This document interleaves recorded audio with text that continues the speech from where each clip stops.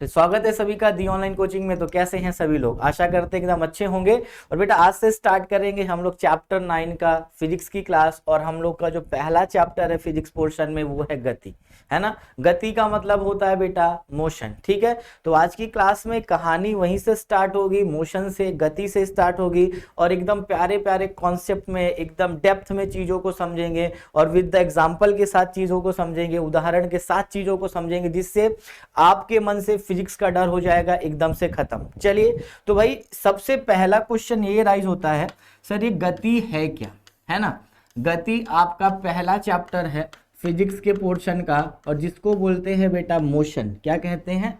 Motion, ठीक है। तो थोड़ा सा मोशन को समझने के लिए, है ना, हम थोड़ी सी कुछ बेसिक्स बातें करेंगे। तो यहाँ पे अगर हम आपसे बोलें कि बताइए सर अभी मैं किस में हूं, तो आपने बोला सर अभी आप चल रहे हैं। बिल्कुल चल रहा हूं, मैं इधर से इधर चल रहा हूं। तो आपने बोला सर आप अभी गति कर रहे हैं, आपने इतना आंसर दिया, बिल्कुल बात क्लियर है। अभी मैंने बोला सर मैं बोल रहा हूं, अब बताओ मेरी अवस्था क्या है। तो आपने आंसर दिया कि सर अभी आप बोल तो रहे हो लेकिन स्थान में कोई परिवर्तन नहीं कर रहे हो, है ना। आप बोल तो रहे हैं, ठीक है, लेकिन आप एक जगह खड़े होके बोल रहे हैं, लेकिन आपके शरीर के द्वारा स्थान में समय के साथ कोई परिवर्तन नहीं हो रहा, है ना।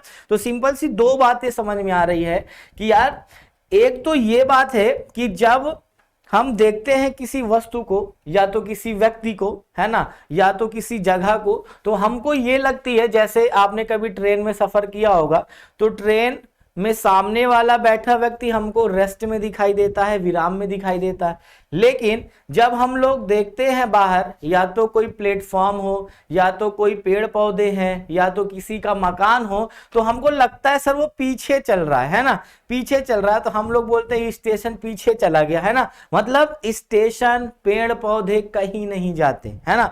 तो क्या सर ये अब होता कैसे है? क्वेश्चन तो ये बन रहा है कि सर ये हो किस कारण रहा है, हमको ऐसा क्यों दिखाई दे रहा है। अगर हम बोले सर आप जाके पेड़ में बैठ जाओ, है ना, हम बोले पेड़ में जाके बैठ जाओ, तो अब देखो तो आपको सर पेड़ चलता नहीं दिखाई देगा, ट्रेन चलता दिखाई देगा। तो ये सारी चीजें हम लोग आज की क्लास में डिस्कस करने वाले हैं। तो आशा करते हैं आपके मन में थोड़ा सा गति को जानने के लिए उत्सुकता बढ़ गई होगी। सर जल्दी से बताइए, सर इंतजार नहीं हो रहा, ये गति है क्या और विराम की अवस्था क्या है। गति की अवस्था सबसे पहले समझेंगे। मान लो हमने बोला बेटा, है ना, ये है चुन्नू भैया, है ना, और ये है चुन्नू भैया, है ना। अब इनको पसंद था रसगुल्ला। क्या पसंद था? रसगुल्ला पसंद था, ठीक है। और यहाँ पे लगी थी रसगुल्ले की दुकान। क्या लगी थी? यहाँ पे लगी थी रसगुल्ले की दुकान। क्या लगी थी बेटा? हाँ, रसगुल्ले की दुकान लगी थी।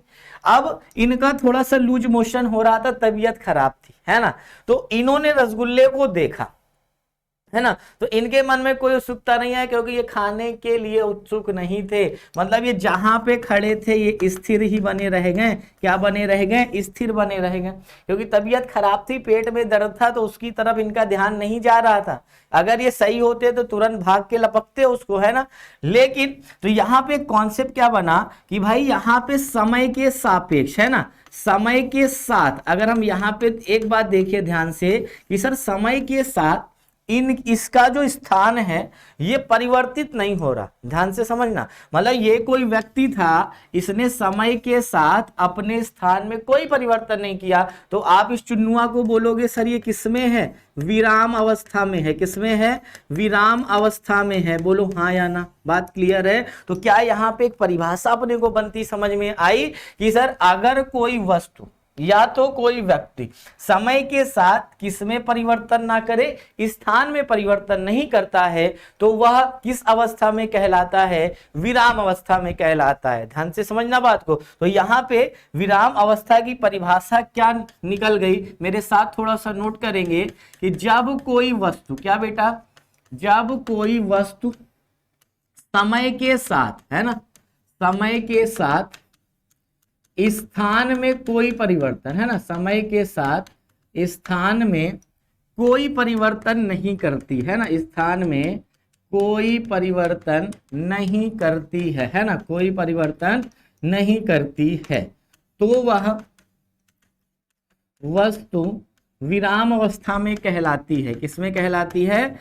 विराम अवस्था में कहलाती है। विराम अवस्था में कहलाती है। बोलो क्या ये बात आपको क्लियर हो चुकी होगी एकदम अच्छे से? विराम अवस्था में कहलाती है और इसको बोलते हैं सर रेस्ट। क्या बोलेंगे? रेस्ट बोलेंगे। और इसको बोलेंगे सर विरामावस्था, है ना, या तो बोलेंगे विराम की अवस्था। बात क्लियर है? एग्जाम्पल आप दिखा देंगे भाई, ये वाला चुन्नू का है ना, रसगुल्ले की टोकरी में देखते उसका कोई रिएक्शन ना होना, वो एक जगह खड़ा था। जैसे मैं बोलूं मैं अभी किस में हूँ? रेस्ट में हूँ। अब मैं बोलूं, अब मैं देखो, अब मैं क्या कर रहा हूँ सर? अभी यहाँ पे हूँ, अब मैं इधर जा रहा हूँ, है ना, तो मैंने स्थान में परिवर्तन किया, है ना। तो ए से बी तक, मान लो वो स्थान ए था और ये स्थान बी है, तो आप क्या बोलोगे सर? ए से बी तक आप किसमें हैं? गति की अवस्था में है। किसमें है? गति की अवस्था में है। तो सिंपल सी बात है सर, ये गति की अवस्था है क्या? तो मतलब जब कोई वस्तु या व्यक्ति समय के साथ स्थान परिवर्तित करता है तो वह वस्तु किसमें कहलाती है? गति अवस्था में कहलाती। बोलो क्या बात क्लियर है? तो यहां पे भाई विराम अवस्था को समझ लिए हम लोग। अब देखते हैं सर गति की अवस्था क्या होगी भाई, है ना। गति की अवस्था क्या है? बोलो भाई, गति की अवस्था या तो गत्यावस्था इसको बोलते हैं, है ना। यहां पे क्या लिखेंगे कि सर जब कोई वस्तु, है ना, जब कोई वस्तु, आराम से सरल शब्दों में लिखेंगे भाई, जब कोई वस्तु समय के साथ साथ, है ना, समय के साथ स्थान परिवर्तन करती है ना, समय के साथ स्थान परिवर्तन करती है ना, समय के साथ क्या करती है? स्थान परिवर्तन करती है, तो यह गति अवस्था में कहलाती है ना। तो यह गति अवस्था में कहलाती है। बोलो दो बातें सर आपको क्लियर हो गया होगा सर, रेस्ट क्या है और मोशन क्या है। बात क्लियर है? तो मतलब ऐसी वस्तुएं जब वो समय के साथ साथ स्थान भी परिवर्तित करती हैं तो वो क्या कहती हैं भाई? गति की अवस्था में कहलाती हैं। बोलो बात क्लियर है कि नहीं?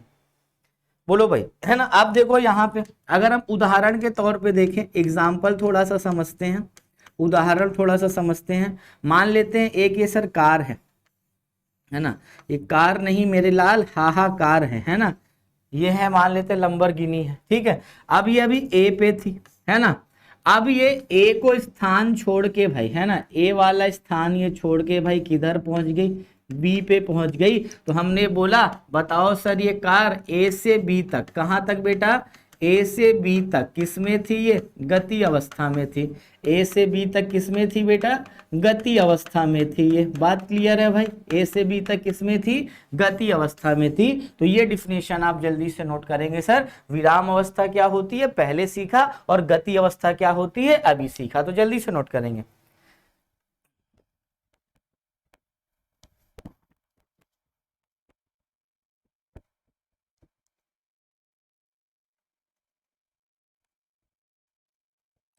चलिए भाई, बात क्लियर है मेरे लाल?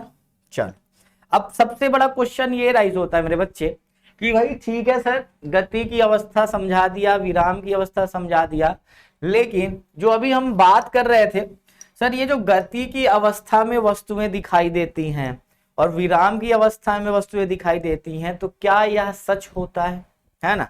मतलब हम क्या बोल सकते हैं कि क्या जो वस्तुएं हमें गति में दिखाई देती हैं या तो विराम में दिखाई देती हैं, क्या ऐसा वास्तव में उसी अवस्था में होती हैं कि क्या इसके कुछ विपरीत भी होता है? तो क्वेश्चन यहाँ पे उठता है, प्रश्न यहाँ उठता है मेरे प्यारे बच्चे कि सर हमें लगता है कि हम ट्रेन में बैठे हैं तो घर द्वार सब चलते रहते हैं, है ना, घर द्वार स्टेशन सब पीछे चलते रहते हैं, तो क्या ये सही में होता है? लेकिन हम जब प्लेटफॉर्म पे खड़े होते हैं तो घर द्वार नहीं चलते, प्लेटफॉर्म पे खड़े होते तो प्लेटफॉर्म नहीं चलता, बल्कि ट्रेन चलती दिखाई देती है। बोलो तो क्या ये ऐसा सच में होता है? तो अगर ऐसा होता है तो क्यों होता है? अगर ऐसा सच में नहीं होता तो क्यों नहीं होता? और ऐसा होता है तो किस लिए होता है और किस कारण से होता है? सारी चीजों का आंसर मेरे लाल यहाँ पे मिलने वाला है। हमने क्या बोला कि देखो यहाँ पे पहली बात क्या है, हमने क्या बोला कि ये जो वास्तव में जो हमारी जो गति की अवस्था है ना, ये जो गति की अवस्था है और या तो बेटा विराम की अवस्था है, बोलो हाँ या ना, या तो गति की अवस्था है या तो विराम की अवस्था में अगर कोई वस्तु है, या तो इसको बोल सकते हैं अपन विरामावस्था में कोई वस्तु है, तो क्या वो वास्तव में उसी अवस्था में होती है? क्वेश्चन इज राइजेस हियर कि यहाँ क्वेश्चन यह उठता है कि क्या वो जो गति में है वो गति में दिखाई देगी हमेशा, क्या वो विरामा में है विरामा में दिखाई देगी? तो मान लो भाई यहाँ पे मान लो ये तो भाई ट्रेन है, ये है ना, ट्रेन है ये, ऐसे ट्रेन में खिड़कियां होती हैं सर, बोलो हाँ या ना, और खिड़कियां के अंदर से आप ऐसे झांकते रहते हो, बोलो खिड़कियां से आप झांकते रहते हो ना ऐसे। अब आप देख रहे सरकार यहाँ पे पेड़ है ना, यहाँ पे पेड़ है मेरे बच्चे, यहाँ पे पेड़ है, आप बोल रहे हो सर आपकी ट्रेन इधर जा रही है, लेकिन आपको लगता है कि सर ये पेड़वा पीछे जा रहा है क्या, है ना, मतलब आपकी ट्रेन ऐसे जा रही है तो आपको लगता है सर पेड़ पीछे जा रहा है क्या, लेकिन आपके सामने वाला व्यक्ति जो बैठा है वो आपको विराम में दिखाई देता है। किस में दिखाई देता है? विराम में दिखाई देता है। लेकिन ये जो पेड़ है सर वो किस में दिखाई देता है? गति में दिखाई देता है। किस में दिखाई देता है? गति में दिखाई देता है। बोलो हाँ या ना। मतलब ये जो पेड़ है वो विराम में दिखाई, मतलब जो सामने वाला व्यक्ति है ये गति में दिखाई, सॉरी विराम में दिखाई देता है, और ये जो पेड़ है ये सरकार किस में दिखाई देता है? गति में दिखाई देता है। अब तो टेंशन ये फंस गई। दूसरा एग्जाम्पल हम बोलते हैं भाई कि एक ये प्लेटफॉर्म है, क्या है?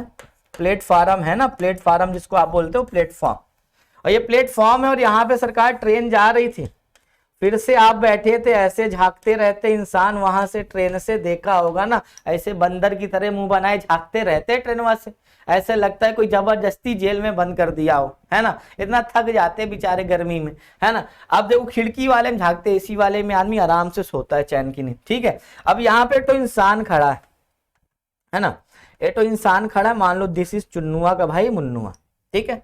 अब ये खड़ा है भाई प्लेटफॉर्म पे, सरकार ये खड़ा है, अब इसको लग रहा है इसे ट्रेन जा रही है, इसको क्या लग रहा है? ट्रेन किसमें है?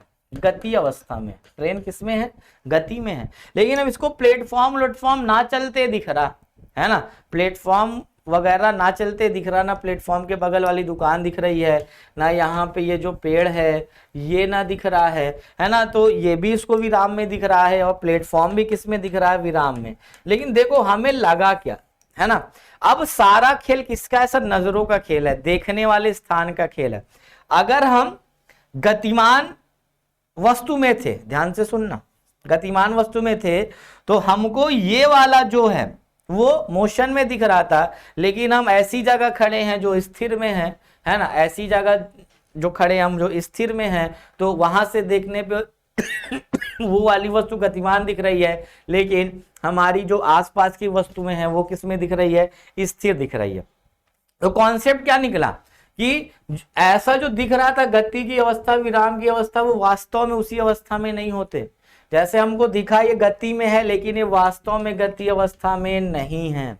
ये हमको दिखा भाई है ना, चल रहा है ना, ये दिखा, हम यहाँ से देखे तो भाई ये प्लेटफॉर्म वास्तव में गति में नहीं था, वो स्थिर था। ऐसा क्यों होता है भाई? देखने की स्थिति पर निर्भर करता है, और इसी को बोलते हैं सर निर्देश तंत्र। क्या बोलते हैं? फ्रेम ऑफ रेफरेंस, है ना। तो अगर आपको थोड़ा सा बात हम करें निर्देश तंत्र का बात करें, तो भाई ऐसी जगह जहां से गति को देखा जाता, सिंपल सी बात में भाषा करें, है ना, सिंपल सी भाषा में बात करें हम लोग, ठीक है। तो यहाँ पे ये सारी चीजें किस पे डिपेंड करती? जहां से गति को ऑब्जर्व कर रहे हो, जहां से चीजों को देख रहे हो, ये सारी चीजें कहाँ निर्भर करती हैं? है ना, प्रेक्षण की स्थितियों पर निर्भर करती हैं। क्या बेटा? प्रेक्षण की स्थितियों पर निर्भर करती है, ऑब्जर्वर की स्थितियों पर निर्भर करती है। बोलो क्या ये बात क्लियर हो गई? एकदम सरल शब्दों में अगर मैंने बोला कि भाई आप ट्रेन में बैठे थे, मतलब गति वाले तंत्र में हो आप, है ना, गति वाले वस्तु में बैठे हो, तो आपको ये चलता दिखाई देगा। अगर आप रेस्ट फ्रेम में आ रहे हो तो आपको ये नहीं चलता दिखाई देगा, ये चलता दिखाई देगा। जैसे आपको पता है कि पृथ्वी घूमती है सर, घूमती, जैसे आप देखते हो पंखा घूमता है ना, आप रेस्ट से देखते हो पंखे को, सर पंखा गोल गोल घूमता है, बोलो हाँ या ना, घूमता दिखाई देगा। लेकिन अगर हम पंखे में आपको बैठा दे तो भाई हम घूमते दिखाई देंगे, ऐसे हम गोल गोल घूमते दिखाई देंगे। बोलो बात क्लियर हुई। तो विराम अवस्था और गति अवस्था वास्तव में उस अवस्था में नहीं होते, ऐसा प्रतीत होता है। और ऐसा क्यों होता है भाई, वो डिपेंड करता है निर्देश तंत्र पे कि आप किस स्थिति से गति को ऑब्जर्व कर रहे हो। बोलो बात क्लियर है कि नहीं क्लियर है भाई, जल्दी से बोलो। अगर बात क्लियर है तो हम भाई यहां से आपको आगे ले चले फिर थोड़ा सा। चलिए अगर इतनी बात आपको क्लियर है तो आइए देखते हैं। ठीक है, अब आपने देखा कि अब आपके सिलेबस में है भाई कि सरल रेखा में गति क्या होती है ना, सरल रेखा में गति। ठीक है, चलो सरल रेखा में गति क्या होती है, फिर उसके बाद छोटी छोटी सी डिफिनेशन है, उसको सीखते हुए आगे बढ़ेंगे। भाई सरल रेखा में गति की हम बात करें कि भाई सिंपल सी बात है, सरल रेखा में गति का motion in a straight path है ना, motion in a straight path. ठीक है, सरल रेखा में गति की अगर हम बात करते हैं तो motion in a straight path इसको कहते हैं सरल रेखा में गति। अगर हम यहाँ पे सर बात करते हैं सरल रेखा में गति क्या है, तो अगर हम यहाँ सिंपल सी बात करें, जब कोई वस्तु एक सीधी रेखा में गति करती है, या तो बोल सकते हैं अपने पास निर्देशांक होते हैं एक्स वाई जेड। बोलो हाँ या ना, सबने पढ़ा होगा गणित में ना कि निर्देशांक होते हैं एक्स वाई, आप पढ़े होगे जेड, तीन कार्तीय निर्देशांक होते हैं। अगर कोई वस्तु केवल एक पे गति करती है, जैसे हमने बोला कि ये ट्रेन की पटरी है ना, ये ट्रेन की पटरी है और इस पे ट्रेन चलती है, तो वो किस में गति करती है, सरल रेखा में। मतलब यहाँ पे केवल एक अक्ष में गति करे, है ना, एक्स वाई जेड में से किन्हीं एक पे करे, है ना, तो ऐसी गति क्या कहलाएगी, सरल रेखी, या तो इसको एक विमी भी बोलते हैं। सिंपल सी भाषा आप ये जान लो कि अगर कोई वस्तु एक सीधी रेखा में गतिमान होगा तो उसको क्या बोलेंगे सर, सरल रेखा में गति कहते हैं। बोलो बात क्लियर है कि नहीं क्लियर है, फटाफट बताएंगे, जल्दी से बताएंगे। ठीक है, तो सिंपल सा बात क्या लिखेंगे इसका कि यहाँ पे कि यदि कोई वस्तु, थोड़ा सा डिफिनेशन भी लिख लेंगे, यदि कोई वस्तु सरल रेखा पथ पर, है ना, यदि कोई वस्तु सरल रेखा पथ पर गति करती है, किस पे गति करती है, सरल रेखा पथ पर गति करती है, सरल रेखा पथ पर गति करती है, तो यह गति सरल रेखी गति कहलाती है। तो यह गति सरल रेखीय गति कहलाती है ना, तो यह गति सरल रेखी गति कहलाती है। बात क्लियर है भाई, चलो फटाफट सीखेंगे, सरल रेखी गति कहलाती है। ठीक है, चलो इतनी बात क्लियर हो गई। अब कुछ इंपॉर्टेंट फैक्ट जानते हैं, कुछ इंपॉर्टेंट बात जानते हैं, है ना, उसको नोट में लिखेंगे। भाई सदिश और अदिश राशियां आपको जानना पड़ेगा, फिर उसके बाद हम लोग दूरी, चाल, विस्थापन, वेग, त्वरण, ये सब चीजें जानेंगे। लेकिन उन सबको समझने से पहले, क्योंकि कभी कभी एग्जाम में पूछ लेता है कि बताइए सर दूरी कैसी राशि है, बताइए सर दूरी कैसी राशि है, तो आपको बताना पड़ेगा सर सदिश है या अदिश है। ठीक है, तो सबसे पहले हम आपको बताएंगे मेरे प्यारे से बच्चों को कि ये सदिश और अदिश राशियां क्या होती है, ध्यान से समझेंगे। अगर हम बात करें सर, एक ये मेरे पास ब्लॉक है ना, एक ये मेरे पास ब्लॉक है, मतलब कोई वस्तु रखा है, इसी तल पे ऐसे रखा है, हमने बोला भाई इस पे बल लगाओ, क्या लगाओ, बल लगाओ। तो भाई जब आप बल लगाओगे तो भाई किसी दिशा में लगाओगे कि नहीं लगाओगे, बोलो हाँ या ना, किसी दिशा में लगाओगे बल, सिंपल सी बात है।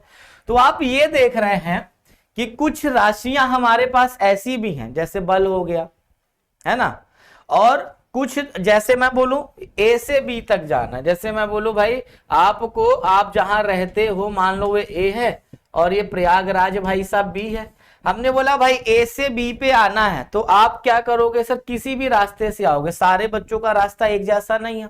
आप बोलेंगे सर इधर से हम आए तो 500 किलोमीटर पड़ा सर प्रयागराज, इधर से आए सर 250 पड़ा, इधर से आए सर 150 किलोमीटर ही था। तो आप देख रहे हैं कि दूरी अलग अलग आ रही है भाई, है ना, दूरी क्या आ रही, अलग अलग आ रही है। लेकिन इन दूरी को तय करने के लिए हमें कोई निश्चित दिशा नहीं दी गई, मतलब कुछ वस्तुएं ऐसी हैं, कुछ राशियां ऐसी हैं, वस्तुएं नहीं राशियां कुछ ऐसी होती हैं जिनको व्यक्त करने के लिए कोई फिक्स दिशा की जरूरत नहीं पड़ती कि हमने ये नहीं बोला सर आपको यही सबको 150 किलोमीटर आना है। क्या पता किसी बंदे को इधर से 500 पड़ रहा है, इधर से आएगा तो भाई उसको 750 पड़े या 650 पड़े। बात क्लियर है? मतलब कुछ भौतिक राशियां ऐसी होती हैं, और भौतिक राशियां क्या होती मेरे बच्चे, आपने पढ़ा होगा बचपन में कि जिनको आसानी से मापा या तौला जा सकता है उनको बोलते भौतिक राशियां। बात क्लियर है ना? तो भाई यहाँ पे कुछ भौतिक राशियां ऐसी होती हैं जिनको है ना आसानी से मापा या तौला जा सके, वही भौतिक राशियां कहलाती हैं, बाकी कोई नहीं कहलाएगी। जिनको माप और नहीं सकते वो भौतिक राशियां नहीं है। जैसे हम बोले सर 2 किलो हंस के दिखाओ, तो क्या 2 किलो हंस लोगे आप? नहीं हंस पाओगे ना, तो वो किसी प्रकार की भौतिक राशियां नहीं है। बात क्लियर है? मतलब जिनको हम आसानी से सरलता पूर्वक माप सके या तौल सके वही क्या होती हैं, भौतिक राशियां होती हैं। बात क्लियर है? हमने बोला अदिश और सदिश की बात करेंगे सरकार, तो ध्यान लगाए बैठेंगे, मिस नहीं होना चाहिए। हमने बोला जी यहाँ पे हमने जब सब बल की बात की तो आपने देखा सर इसके लिए थोड़ा सा दिशा की भी आवश्यकता है ना, दिशा की भी आवश्यकता है इसको परिभाषित करने के लिए, ठीक है। लेकिन हमने सर जब दूरी की बात की सर इसके लिए कोई निश्चित दिशा नहीं है, कोई दिशा की जरूरत नहीं है भाई, कोई दिशा की जरूरत नहीं है इसके लिए। बोलो क्या बातें आपको समझ में आ रही है? तो इसके लिए अपने को कोई दिशा की जरूरत नहीं है, और जब इसके लिए दिशा की जरूरत नहीं है तो मेरे प्यारे बच्चों को पता चल गया होगा कि कुछ के लिए दिशा चाहिए और परिमाण चाहिए, लेकिन कुछ के लिए दिशा की कोई जरूरत नहीं होती। तो मेरे प्यारे से बच्चों की ऐसी राशियां, ध्यान से समझना, यहाँ पे मैं लिख रहा हूं ऐसी राशियां जिन्हें व्यक्त करने के लिए, ध्यान से समझेंगे, जिन्हें व्यक्त करने के लिए भाई, जिन्हें व्यक्त करने के लिए, है ना, इन्हें व्यक्त करने के लिए दिशा की कोई जरूरत नहीं होती, दिशा की कोई आवश्यकता नहीं होती है, दिशा की कोई आवश्यकता नहीं होती है, आवश्यकता नहीं होती है। उनमें केवल परिमाण होता है, उनमें केवल परिमाण होता है ना, उनमें केवल क्या होता है, परिमाण होता है। क्या कहलाती हैं? अदिश राशियां कहलाएंगी भाई, क्या कहलाएंगी? अदिश राशियां कहलाती हैं। बोलो अब मेरे बच्चों को क्लियर हो गया होगा सर, जिसमें दिशा नहीं है, केवल मैग्नीट्यूड है, परिमाण है, मतलब हमें पहुंचना है तो एनी हाउ पहुंचना है, लेकिन कोई फिक्स डायरेक्शन की जरूरत नहीं होगी, तो उसको बोलते हैं सर अदिश राशियां कहते हैं। बात क्लियर है? जैसे उदाहरण के तौर पे हम बोले आपको भाई दूरी, है ना, उदाहरण लिख लेंगे आप। उदाहरण क्या है? दूरी हो गया, है ना, दूरी के बाद आप यहाँ पे लिख सकते हैं भाई कार्य हो गया, फिर उसके बाद चाल हो गया, फिर उसके बाद कार, है ना, उसके बाद ये हो गया दूरी हो गया, कार हो गया, चाल हो गया। तो इसी तरह की भाई ढेर सारी राशियां हैं इत्यादि, उनको क्या बोलेंगे? अदिश राशि कहेंगे, है ना। तो यहाँ मेरे सभी प्यारे बच्चे इसको हेडिंग बनाएंगे अदिश राशि और लिख लेंगे। इसको इंग्लिश में बोलते हैं सर स्केलर क्वांटिटी बोलते हैं। क्या बोलते हैं? स्केलर क्वांटिटी कहते हैं। बोलो बात क्लियर है? तो भाई अदिश राशि हो गई। अब बात करते हैं सर सदिश राशि। सदिश राशि तो आप समझ गए होंगे सर कैसे परिभाषित करना है। जिनमें दिशा के साथ साथ परिमाण की भी आवश्यकता होती है उन्हें क्या बोलते हैं? सदिश राशियां कहते हैं। बात क्लियर है? तो ऐसी राशियां जिन्हें व्यक्त करने के लिए दिशा के साथ साथ परिमाण भी चाहिए उनको क्या बोलेंगे सर? सदिश राशियां कहते हैं। तो यहाँ पे आप लिख सकते हैं सर वे राशियां, क्या बेटा? वे राशियां जिन्हें व्यक्त करने के लिए, यहाँ पे लिखेंगे मेरे साथ, जिन्हें व्यक्त करने के लिए दिशा के साथ साथ, क्या बेटा? दिशा के साथ साथ, है ना, दिशा के साथ साथ परिमाण की आवश्यकता होती है, परिमाण की आवश्यकता होती है। उनसे क्या बोलते हैं? अदिश राशियां सदिश राशियां कहते हैं। क्या बोलेंगे? सदिश राशि कहते हैं। बोलो बात क्लियर है यहाँ तक? चलो भाई फटाफट 2 बातें नोट कर लो। सर इसका भी एग्जाम्पल बता दो, वेट करो मेरे लाल, है ना। अब देखो यहाँ तक, ठीक है। तो एक बात मेरे बच्चे याद रखेंगे, एक डायलॉग आपने सुना होगा, सर मेरे बच्चे मैंने कहा था ना, क्या कहा था कि रणभूमि में जाने से पहले मन भूमि में खेला जाता है ना। तो उसी तरह मेरे बच्चे याद रखेंगे, है ना। फिजिक्स को समझने से पहले थोड़ा फिजिक्स को पढ़ना जरूरी है भाई, है ना। फिजिक्स से प्यार होने के लिए भाई फिजिक्स को समझना जरूरी है, ठीक है। इसलिए मैं बोल रहा हूँ मेरे बच्चे, मैं बोल रहा हूँ कि भाई फिजिक्स को पढ़ना है तो भाई मन से पढ़ना है, नहीं तो फिजिक्स है सर समझ में ना आने वाली। चलो आओ इधर एग्जाम्पल, जैसे हमने बोला सर बल हो गया, वेग हो गया, विस्थापन हो गया, त्वरण हो गया, है ना। तो ये सब हमारी कैसी राशियां हैं, सदिश राशियां हैं। बोलो मेरे बच्चे क्या क्लियर है कि नहीं क्लियर है, फटाफट बताएंगे क्या ये बात क्लियर हो गई कि ना हो गई भाई। चलिए तो एक अदिश हो गया, ये सदिश हो गया। अब ये बात हम समझ गए, अब हम स्टार्ट करेंगे सर दूरी, है ना। आज की क्लास में हम दूरी तक के कॉन्सेप्ट को पढ़ेंगे, फिर उसके बाद हम अगली क्लास में लाएंगे, ठीक है। छोटे छोटे टॉपिक आपको पढ़ाएंगे जिससे भाई लेंदी ना होने पाए और मजेदार तरीके से आपको फिजिक्स समझ में आए, ठीक है। बोलो ये बात क्लियर हो गई ना सर। चलो आगे बढ़ते हैं, आइए अब देखते हैं सर दूरी क्या होती है, डिस्टेंस को समझते हैं। दूरी, है ना, दूरी क्या होती है सर, डिस्टेंस। अच्छा दूरी है क्या, अगर हमने बोला कि बताइए आपके घर से आपका स्कूल कितना दूर है, तो आप बोलोगे सर 2 किलोमीटर, किसी से 1 किलोमीटर, किसी से 10 किलोमीटर, किसी के यहाँ से 20 किलोमीटर। तो आपने वो 10, 20, 30 का फर्क नापा कैसे भाई। हम उस रास्ते पे चलते हैं पहले, है ना, चाहे बाइक से चलो चाहे मैप से चलो, लेकिन उस रास्ते में आपने पहले चला, है ना। जब आप उस रास्ते में चला तो उस रास्ते की लंबाई को हमने चल के क्या किया, तय किया, है ना। उस रास्ते की लंबाई को चल के हमने तय किया, तो उसी तय की गई लंबाई क्या कहलाती है, दूरी कहलाती है। हमने बोला कि सपोज मान लो मेरे लाल ए से बी है ना। आपने देखा दुनिया में नाना प्रकार के बच्चे होते हैं, एक तो माँ का लाडला होगा तो वो सीधा जाएगा भाई, है ना। अम्मा ने बोला कि बेटवा सीधे जाना स्कूल, तो वो घर से निकला सीधे चला गया, सबसे कम उसका पास था। एक होता है भाई पिताजी का लाडला, वो थोड़ा सा दुष्ट होता है लेकिन कंट्रोल में होता है ना, वो होता है कंट्रोल में। अब एक होता है भाई दोनों का लाडला, मतलब आतंकवादी टाइप का बच्चा होता है वो, है ना। मतलब वो भाई उसको अपने की खबर ना है सर, अपने की खबर ना है मेरे घर में क्या हो रहा है, वो 4 मोहल्ले की जानकारी रखता है। मतलब ये जो स्कूल 2 किलोमीटर का था, इसको पढ़ता था 8 किलोमीटर का और इसी रास्ते से आता था, क्योंकि भाई नटखट बालक था, उसको 4 मोहल्ले की खबर रखनी थी, भौकाल जमा के रखना था। और हमारे लड़कों का तो एक ही वसूल होता है, जान चली जाए लेकिन भौकाल कम नहीं होना चाहिए। बोलो हाँ या ना। तो आपने क्या किया, ये सर मान लेते 2 किलोमीटर था, ये 4 किलोमीटर था, तो आपने क्या किया, इस रास्ते पे आपने चला, है ना, और इस रास्ते की लंबाई आपने तय की। तो तय किए गए पथ की लंबाई को ही सर क्या बोलते हैं, दूरी कहते हैं। अच्छा बताओ ए से बी तक आने के लिए कोई दिशा की जरूरत थी मेरे लाल, कोई दिशा की जरूरत नहीं थी। तो हम यहाँ पे बोल सकते हैं कि दूरी कैसी राशि है। अभी तो आपने बताया सर दूरी ऐसी राशि है जिनमें दिशा की जरूरत नहीं पड़ती, और उन राशि को बोलते सर अदिश राशि है। कैसी राशि है, अदिश राशि है। बात क्लियर है। तो दूरी की परिभाषा क्या हो गई सर, कि तय किए गए पथ की लंबाई, किसी वस्तु द्वारा, है ना, किसी वस्तु द्वारा तय किए गए पथ की लंबाई को क्या बोलते हैं सर, दूरी कहते हैं। पथ की लंबाई को क्या बोलते हैं, दूरी कहते हैं। बात क्लियर है। पथ की लंबाई को क्या कहते हैं, दूरी कहते हैं, है ना। इसका मात्रक होता है सर मीटर, इसका मात्रक क्या होता है, मीटर होता है। सबको पता है बचपन से भाई, इसका मात्रक होता है मीटर। बात क्लियर है।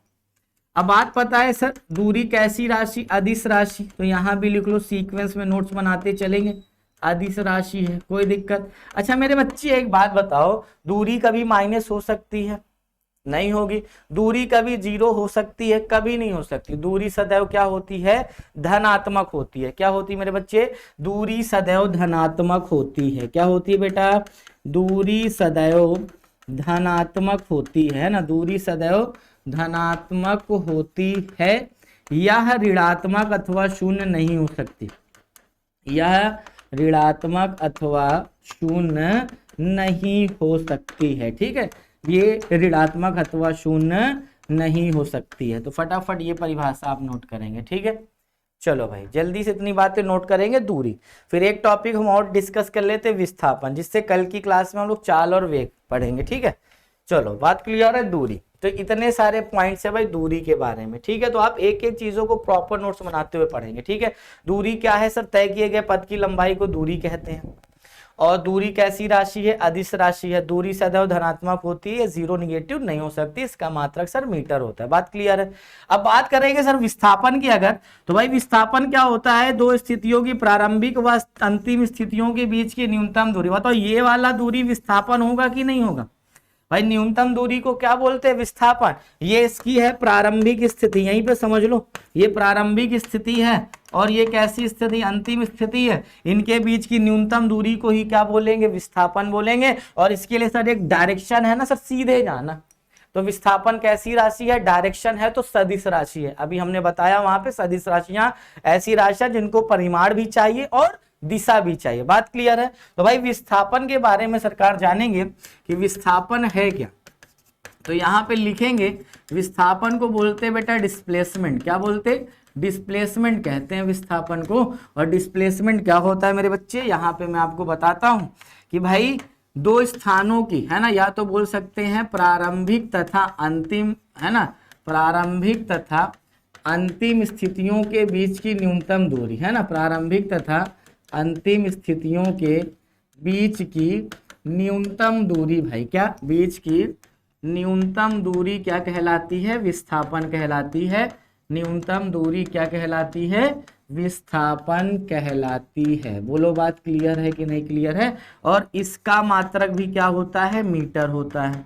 इसका मात्रक भी क्या होता है? मीटर होता है। बात क्लियर है, क्योंकि ये भी एक प्रकार की दूरी है ना बच्चे, तो इसका मात्रक भी क्या होगा? मीटर। और विस्थापन कैसी राशि है? अभी हमने बताया कि सर ये सदिश राशि है ना, सदिश राशि है। और मेरे बच्चे विस्थापन जीरो भी हो सकता है ना, और प्लस भी हो सकता है और माइनस भी हो सकता है, लेकिन विस्थापन कभी भी दूरी से बड़ा नहीं हो सकता, ठीक है। तो ये बात आप यहाँ पे नोट करेंगे। अगली क्लास में मैं जब क्वेश्चन कराऊंगा ना तो आपको बताऊंगा, ठीक है। तो कि कैसे प्लस हो रहा है, कैसे माइनस हो रहा है, और कैसे ये कभी भी दूरी से ज्यादा नहीं हो सकता। तो यहाँ पे क्या मिला थर्ड पॉइंट, कि विस्थापन धनात्मक, ऋणात्मक तथा शून्य तीनों हो सकता है ना, तथा शून्य तीनों हो सकता है ना। और यह कभी दूरी से बड़ा नहीं हो सकता। यहाँ लिख लेंगे, ये क्वेश्चन के साथ अगली क्लास में हम आपको एक्सप्लेन करेंगे। यह कभी दूरी से बड़ा नहीं हो सकता, बड़ा नहीं हो सकता है, ठीक है। तो ये बात थी सर विस्थापन की, ठीक है। तो अगली क्लास में दूरी और विस्थापन के क्वेश्चन के साथ आगे के कॉन्सेप्ट को पढ़ेंगे। आशा करते हैं आपको ये क्लास बहुत अच्छी लगी होगी, फिजिक्स पढ़ के बहुत मजा आया होगा मुझसे, ठीक है। तो आप सभी दोस्तों को शेयर करना। मिलते हैं अगली क्लास में धमाकेदार एंट्री के साथ। तब तक ले बाय टाटा, सी यू। सभी को पढ़ते रहिए, मस्त रहिए, खुश रहिए।